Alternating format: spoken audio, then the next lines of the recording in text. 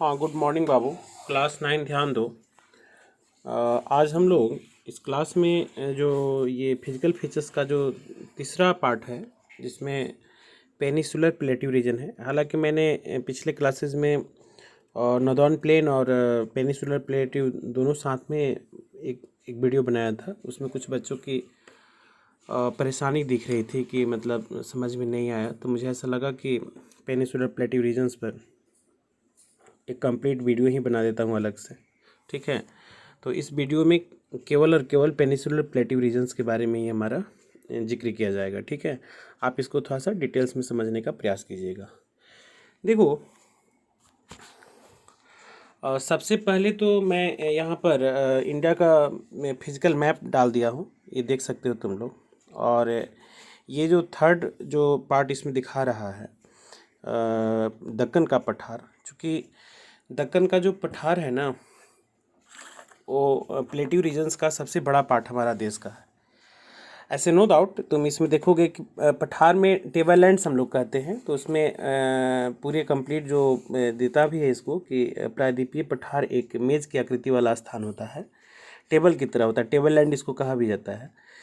जो पुराने जो क्रिस्टल जो हमारे रॉक पार्टिकल्स होते हैं, या जो अग्नियस रॉक हमारे होते हैं, या मेटामॉर्फिक, है ना, इन्हीं से, चूँकि आप लोग जूनियर क्लासेस में जब आई थिंक 7-8 में जब तुम पढ़ रहे हो इस सब चीज़ों के बारे में, जहाँ पर रॉक एनालिसिस भी करना होता था कि कैसे पहाड़ियों का निर्माण हुआ या पठारी रीजन्स का हमारा निर्माण हुआ, या इवन इसी चैप्टर में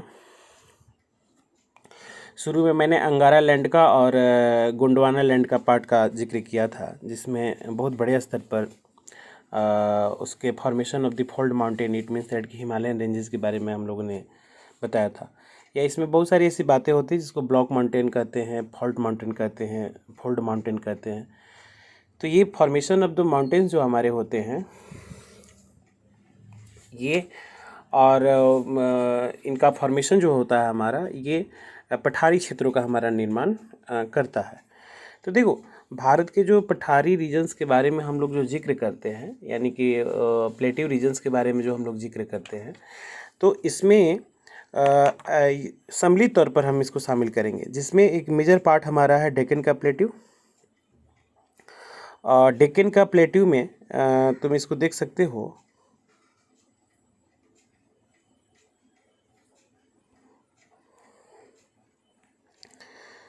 मैं यहाँ पर इसको कर देता हूँ,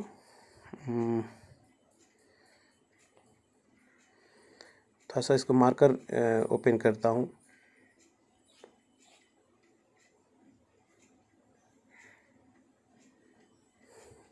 हाँ,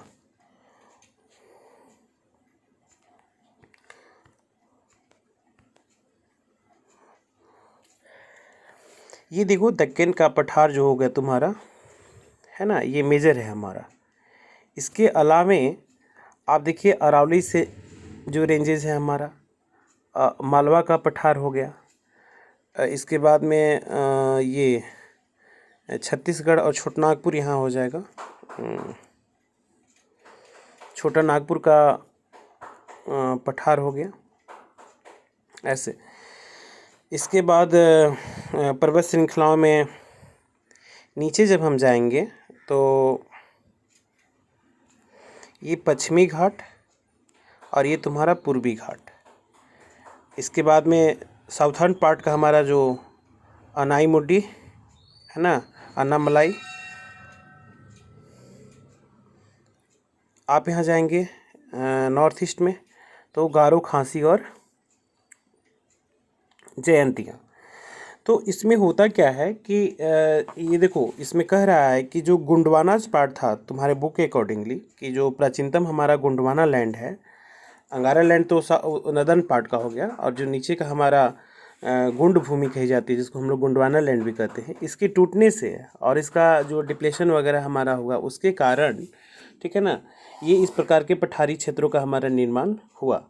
और दे रहा है कि ये पठारी जो भाग है ये चौड़ा भी है, और कुछ ऐसे हमारे ये घाटियों का भी हमारा निर्माण करता है। द प्लेट्यू है broad and shallow valley and rounded hills, है ना। ये गोलाकार पर्वत श्रृंखलाओं का हमारा ये फॉर्मेशन करता है, बनाता है।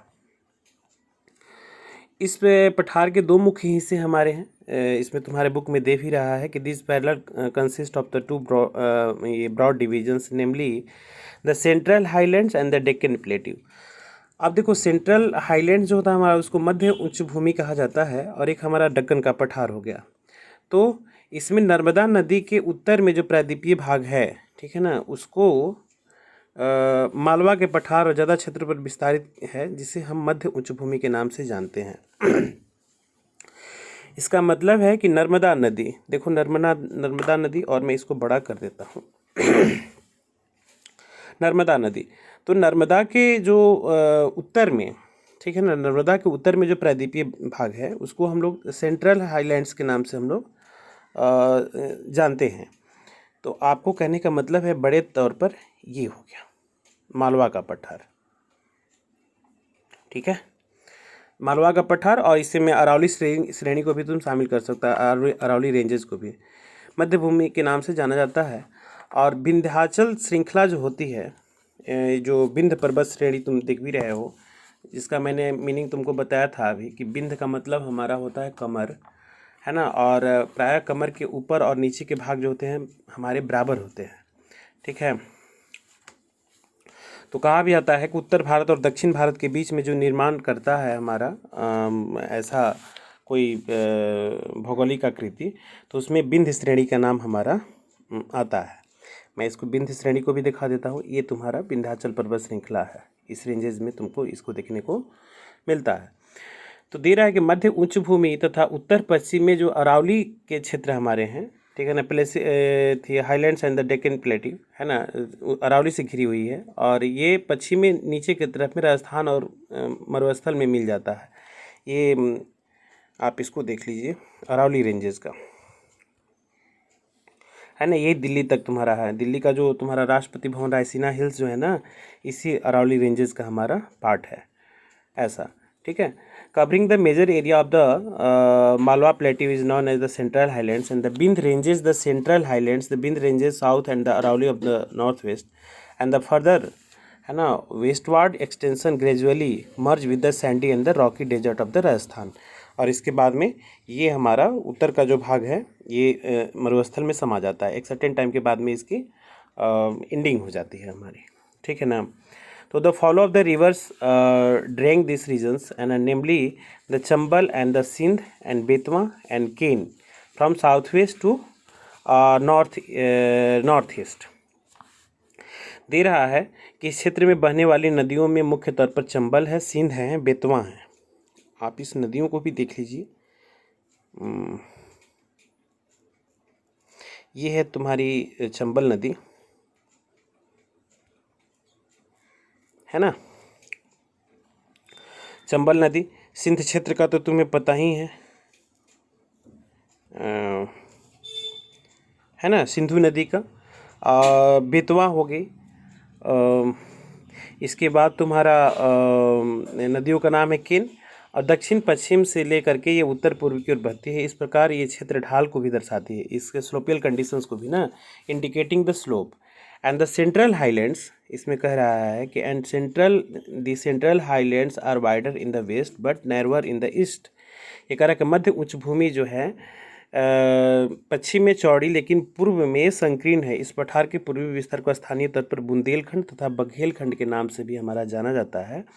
और ये इसके पूर्व की ओर के विस्तार को दामोदर नदी अपवाह तंत्र छोटनागपुर को भी दर्शाता है हमारा। एक चीज़ इसके यहाँ देख लीजिए, इसके लिए तुम इस मैप का सहारा ले लो, ज़्यादा अच्छा रहेगा, है ना। देखो, ये सतपुड़ा रेंज हो गया, ये सतपुड़ा रेंज हो गया, विंध्य रेंज हो गया, और मालवा रीजन हो गया। तो ये तुम्हारा बुक ये कह रहा है कि ये मध्य उच्च भूमि जो है ना, पश्चिम में चौड़ी है, पश्चिम के रीजन में थोड़ा सा इसका ब्रेड्थ बड़ा है। इट मीन्स दैट पश्चिम तो तुम्हारा यही ना हो जाएगा, ये डायरेक्शन जो तुम्हारा हो जाएगा ये पश्चिम की तरफ हो जाएगा। तो इस रीजन्स की जो चर्चा कर रहा है कि इधर ये चौड़ा है, लेकिन जब ये आगे की तरफ बढ़ता है, इसको हटा देते हैं हम, आगे की तरफ बढ़ता है तो ये थोड़ा सा छोटा होते जाता है, नैरोनेस इसमें आ जाती है, इसमें पतलापन आ जाता है, जिसमें तुम्हारा बुंदेलखंड और बघेलखंड के जिक्र कर रहा है। तो अगर पूरे वर्ल्ड इंडिया के मैप को तुम देखोगे तो देखो यहाँ छोटा नागपुर पठार यहाँ पर है, और उत्तर प्रदेश का ये पार्ट तुम्हारा बुंदेलखंड और बघेलखंड के नाम से हमारा जाना जाता है। पूरा नहीं, चूँकि हाथ से मैं कर रहा हूँ तो बड़ा सा हो जा रहा है, एकदम छोटा सा इस रीजन में। और आप आगे बढ़िएगा तो छत्तीसगढ़ का भी मैदान मिलेगा, वो भी तुम्हारा पठारी रीजन्स में ही हमारा गिना जाता है। मेजर है हमारा छोटा नागपुर प्लेटिव रीजन्स, वो आपका है यहाँ झारखंड का। छोटा नागपुर का जो पठार रीजन है हमारा नीचे में, तो उसमें भी दो है हमारा, नॉर्थ छोटा नागपुर और साउथ छोटा नागपुर। तो ये टाटा वगैरह का जो जगह है ना, जमशेदपुर वगैरह का रीजन, जो सिमडेगा वगैरह, झारखंड का नीचे का जो पार्ट हमारा होता है, उसके लिए तुमको बहुत ज़्यादा डिटेल्स में देखना होगा, तो झारखंड का मैप देखना पड़ेगा। तो चूँकि आप 9 क्लास के स्टूडेंट हैं, जितना ब्रॉड इसमें पढ़ाने और बताने की बात की गई है, इसी को आप ज़्यादा से ज़्यादा कोशिश करो कि इसे एडॉप्ट करने की तुम्हारे अंदर में क्षमता विकसित हो। और ज़्यादा डिटेल्स और एडवांस स्टडी करनी होगी तो आप फिर अगेन एक स्टेट का मैप लेकर के बैठना पड़ेगा। लेकिन मैं इंडिया के मैप में ही छोटे स्तर पर इसको मैं एक औसत दर्जे पर इसको हम लोग एनालाइज करने का प्रयास कर रहे हैं, ठीक है ना। इसके बाद देखो दक्षिण के पठारों की जो स्थिति के बारे में जिक्र कर रहा है, ये कह रहा है कि त्रिभुजाकार भौगोलिक क्षेत्र है जो नर्मदा नदी के दक्षिण हिस्से में स्थित है। इसके लिए आपको ना सेकंड, इसके प्लेटिव रीजन्स का सेकंड पैराग्राफ में जाना होगा कि Deccan प्लेटिव is a triangular land masses that lies on the south of the river Narmada. अब आप नर्मदा नदी के दक्षिण की तरफ आपको बढ़ना होगा। ये थोड़ा सा मैप मैं बड़ा कर दूँ यहाँ पर, पहले इस मैप को देख लो। हाँ, ये नर्मदा नदी है आपकी, ये नदी नर्मदा है, इसके दक्षिण की तरफ आपको बढ़ना है, ठीक है ना बाबू। तो नर्मदा नदी के जो दक्षिण की स्थिति की तरफ बढ़ोगे तो दे रहा है कि स्थित है, और ये ट्रायंगुलर शेप का है, त्रिभुजाकार है, तुम ऐसे समझो, है ना, इस शेप का है। अब इसके जिक्र मैं कर रहा हूँ तुम्हारे बुक के अकॉर्डिंगली ही। दे रहा है कि उत्तर में इसके जो चौड़े आधार पर सतपुड़ा के पर्वत श्रृंखलाएँ हैं, यानी कि आपको दक्षिण की तरफ विभाजन की तरफ बढ़ना होगा तो इस विंध्य पर्वत के नीचे आना होगा, नर्मदा नदी के नीचे आना होगा। इसको तुम देख सकते हो, जिसका मैंने जिक्र किया था कि विंध्य का मतलब कमर होता है, और ये विभाजन जो है हमारा नॉर्दर्न पार्ट और साउथर्न पार्ट जो भारत का होता है हमारा करता है। तो इसमें जिक्र कर रहा है, देखो नर्मदा नदी के नीचे जाओगे दक्षिण के तरफ में तो सतपुड़ा के बगल में ये स्थित है। उत्तर में इसके सतपुड़ा पर्वत श्रृंखला है, जबकि महादेव और कैमूर की पहाड़ी और मैकाल श्रृंखला इसके पूर्वी विस्तार हैं। यानी कि महादेव ईस्ट के तरफ में बढ़ना है, यानी कि आपको इधर बढ़ना है, ये महादेव पहाड़ियाँ हो गई, ठीक है ना। इसके बाद में तुम देखोगे कैमूर की पहाड़ी, तो कैमूर की पहाड़ी के लिए थोड़ा सा और इधर आना पड़ेगा आपको, है ना, इस रीजन में, इस रीजन में कैमूर का रीजन्स में, और मैकाल के जिक्र इसमें कर रहा है। और इसमें दे भी रहा है कि भारत के जो भौगोलिक मानचित्र हैं, भौतिक मानचित्र है, उसमें पहाड़ियों और श्रृंखलाओं की स्थिति का अवलोकन करना, तो वही मैं करा भी रहा हूँ, अवलोकन ही कर रहे हैं हम लोग। चूँकि अब डिस्टेंस लर्निंग में हम लोग बोर्ड वर्क नहीं, बोर्ड में वहाँ पर क्लासरूम में होता तो उस तरीके के बोर्ड के साथ हम इसको अरेंज कर देते, लेकिन यहाँ पर मैं मैप के सहारा लेकर के तुमको समझाने का प्रयास कर रहा हूँ। तो दे रहा है कि पश्चिम में ये ऊंचा और पूर्व की तरफ कम ढाल वाला होता है। अब पश्चिम की तरफ देखोगे इसका ढाल तेज़ है, तीव्र है। इसमें जितने भी साउथर्न पार्ट की जो नदियां हैं मैक्सिमम तुमको देखोगे कि अरबियन सी की तरफ में ना बढ़ती है, तो ढाल के ऊपर ही ना नदी की गति हमारी तय होगी ऐसा। और पूर्व की तरह हमारा कम है। इस पठार का एक हिस्सा उत्तर पूर्व में भी देखा जाता है, जिसे स्थानीय रूप से मेघालय तथा कार्बी आंगलन पठार के नाम से भी हमारा जाना जाता है। ये तुम्हारा दक्षिण के पठारों में यहाँ आप आ जाइए, है ना, नॉर्थ ईस्ट की तरफ में ये तुम्हारा मेघालय तथा कार्बी आंगलान वहाँ पर रीजन्स पाया जाता है, जिसको पठार के नाम से भी जानता है। और यह एक भ्रंश के द्वारा छोटनागपुर पठार से पृथक हो गया है। इट मीन्स दैट कि छोटनाग, भ्रंश का मतलब फॉल्टिंग होता है, टूटना फूटना होता है, जिसको हम लोग कहते हैं। आप देखो इससे फोटो में ये छोटनागपुर का पठार है, तो ये वहाँ पर जो भी फॉल्टिंग हुई, यानी कि कुछ डिस्टर्बेंस हमारे हुए, जिससे ये कट डाउन हो करके ना ये इस रीजन में हमारा चला गया, ये रीजन, एक मिनट, है ना, इस रीजन का।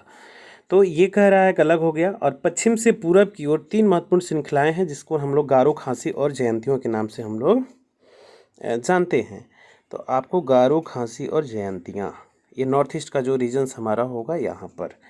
गारो खासी का डिटेल्स अगर तुम देखना चाहते हो तो भी मैप यहाँ पर मैंने डाल दिया है। आ जाइए यहाँ पर। जैसे जैसे तुम्हारा बुक कर रहा है उसी के अकॉर्डिंगली सारा कंटेंट तो मैंने अलग से डाल दिया है, लेकिन उसको जिक्र मैं कर रहा हूँ। देखो, ये गारो, खांसी और जयंतिया, और मैंने इसको वहाँ पर जो मेरे पास में एक्स्ट्रा कंटेंट था उसको मैंने डाल भी दिया है। ये मेघालय का पठार है, मूलतः दक्कन के पठार का ही पूर्वी हिस्सा है। इस पठार के पश्चिम से पूर्व की ओर क्रमशः, है ना, पश्चिम में गारो हो जाएगा, है ना, इसके यहाँ पर बीच में खांसी हो गया और ये जयंतिया, और इसी गारो, खांसी और जयंतिया के नाम पर तुम्हारा ट्राइबल कम्युनिटी भी हमारी है। रेस्ट इसमें आपको जो हमने विंध्याचल पर्वतमाला के बारे में बताया था, तो आप देख लो, इसको तोड़ करके मैंने इंडिया के मैप में और डिटेल्स में बना दिया है। मालवा रीजन है, पिंद श्रेणी है, विंध्याचल पर्वतमाला जो नॉर्थ इंडिया और साउथ इंडिया को ये दो पार्ट में डिवाइड करती है। ये नर्मदा नदी है, इसके आप नीचे जाएंगे इंडिया के मैप में तो आपको मिलेगा दक्षिण का पठार। ठीक है,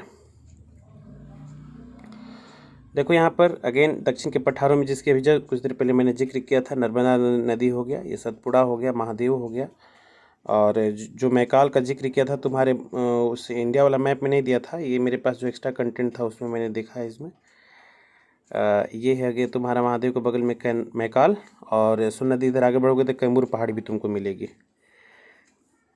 ये एलोरा और अजंता की गुफाएं, नर्मदा तापी आसपास में ही नदियाँ तुम्हारी मिलती है ना। और यहाँ पर ब्लॉक माउंटेन का डिफिनीसन भी है, देख लीजिएगा कि कैसे ब्लॉक माउंटेन हमारा फॉर्म होता है। अब बढ़ते हैं हम लोग नेक्स्ट पैराग्राफ में, जिसमें दे रहा है कि दक्षिण के पठार के पूर्वी तथा पश्चिमी सिरों में, दक्षिण के पठार में पूर्वी तथा पश्चिमी सिरों पर क्रमशः पूर्वी तथा पश्चिमी घाट स्थित है। इसके लिए अगेन आपको चलना पड़ेगा यहाँ, पहले इस मैप को देख लो। ये रहा तुम्हारा पूर्वी घाट, ये रहा तुम्हारा पश्चिमी घाट।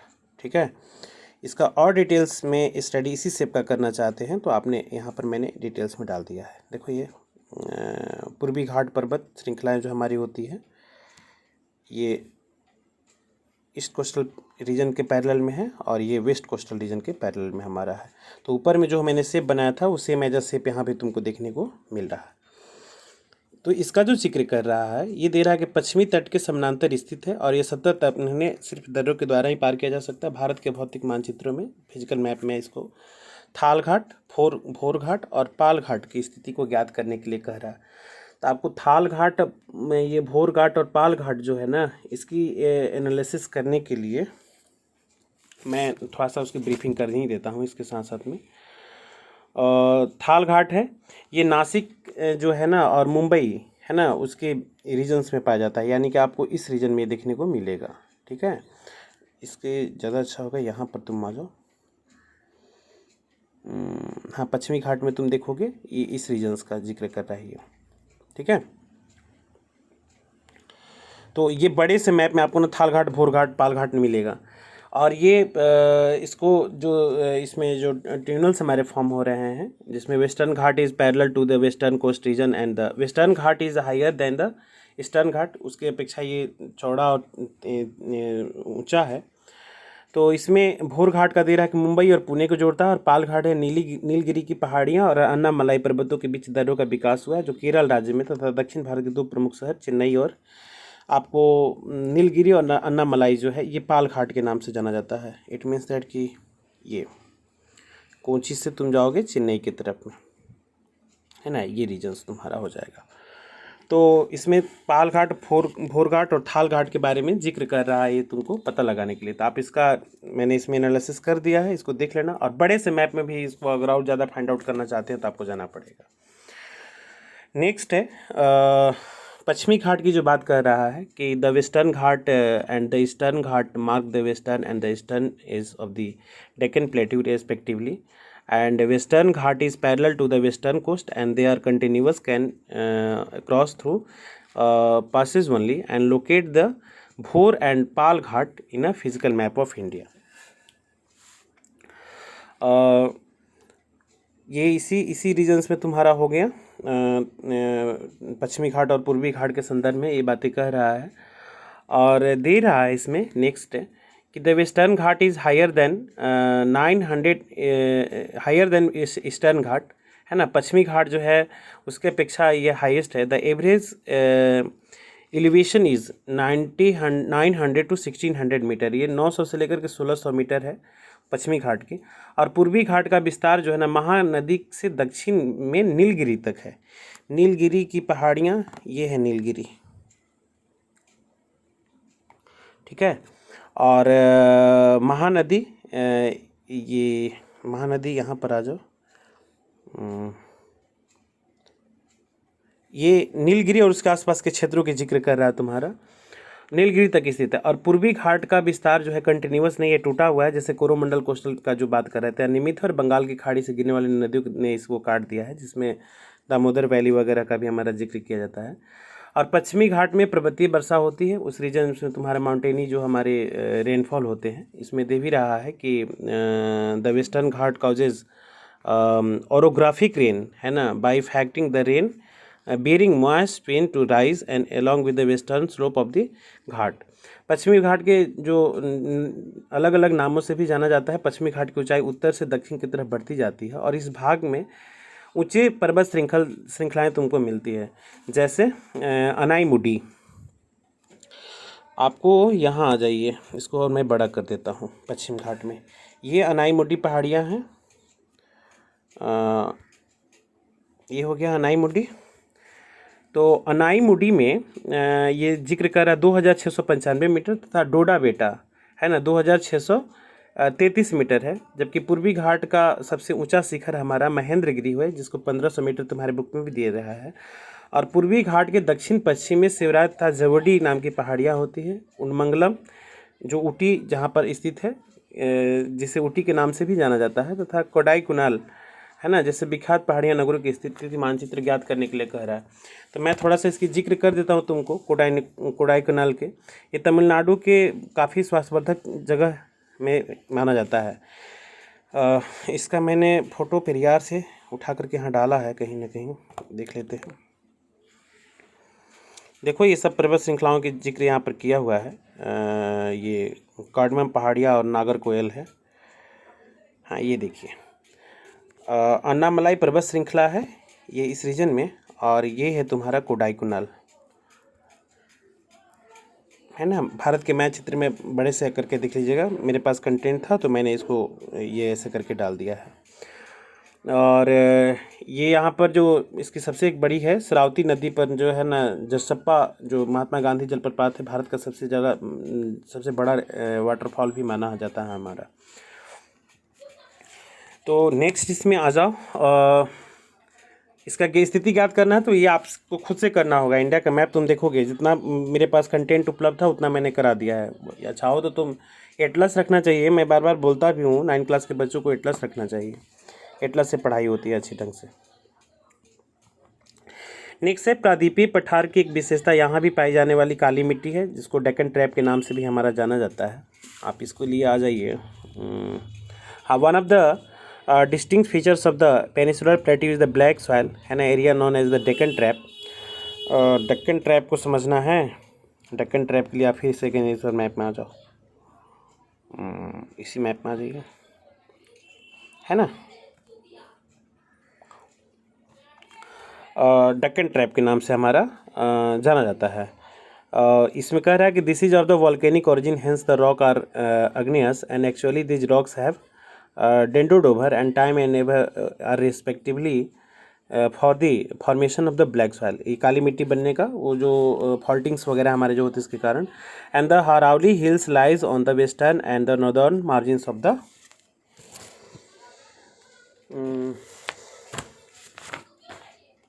Peninsular plateau and these are highly, है ना, corroded hills and are found in the broken hills the extended from Gujarat to Delhi in the south west to north west direction. It means that कि इसके बारे में जो कह रहा है कि ये प्रायद्वीपीय पठार की एक विशेषता यहाँ ये पाई जाती है कि यहाँ पर काली मिट्टी मिलती है, जिसको डेक्कन ट्रैप के नाम से भी हम लोग जानते हैं। और इस डेक्कन ट्रैप के साथ साथ इसकी एक ओरिजिन्स के बारे में दे रहा है कि ये वॉल्केनिक इंसिडेंट ज्वालामुखी से पैदा हुआ है, जिसमें जो प्राइमरी रॉक हमारा है, और यही प्राइमरी रॉक टाइम के बाद में इसका इरोजन हुआ, जो काली मिट्टी के निर्माण के लिए रिस्पॉन्सिबल है। और अरावली की पहाड़ियाँ जो है प्रायद्वीपीय पठार के पश्चिम तथा उत्तर पश्चिमी किनारों पर स्थित है, और ये बहुत ज़्यादा ना इरोजनल और खंडित पहाड़ियाँ ब्रोकन्स ना ये माउंटेन्स की फॉर्मेशन हमारी करती है, और ये गुजरात से लेकर के दिल्ली तक है ना दक्षिण पश्चिम तथा उत्तर पूर्व दिशा में विस्तारित है। इट मीन्स दैट कि आप देख लें इसको,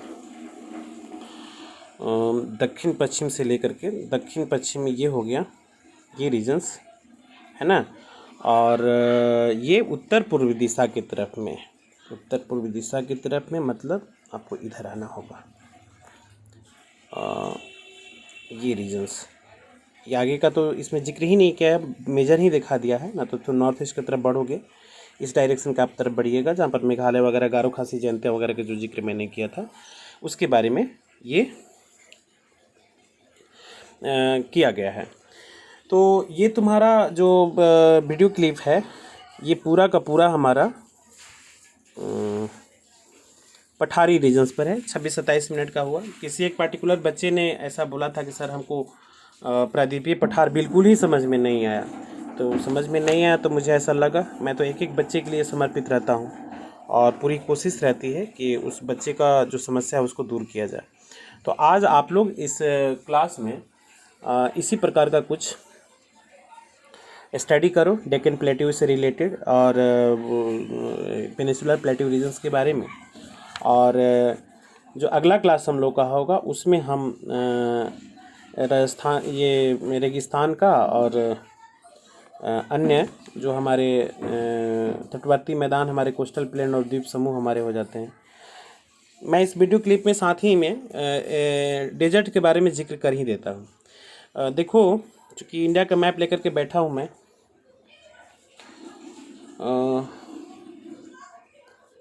चलो 27 मिनट का हो गया, इसको हम इसी पे छोड़ देते हैं, प्लेट्यू पर ही छोड़ देते हैं। एक वीडियो मैं अलग से तुमको तीनों के लिए बना दूंगा, उसमें सारा मैप इसी तरीके का रहेगा, आप इसको पढ़ लीजिएगा, ठीक है।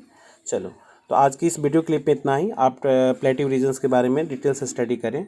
अभी भी कहीं प्रॉब्लम आती है तो नेबेसली यू आर मोस्ट वेलकम, ठीक है ना बाबू, आप लोग पूछ सकते हो। मेरा प्रयास रहता है कि अंतिम बच्चे तक भी है ना बातें अच्छे रंग से समझ में आए, ठीक है। चलो, तो मिलते हैं हम लोग नेक्स्ट क्लासेस में। अभी आप इसको वीडियो को वॉच कीजिए, यदि कहीं कोई प्रॉब्लम आती है तो आप हमसे बात कर सकते हैं, ठीक है।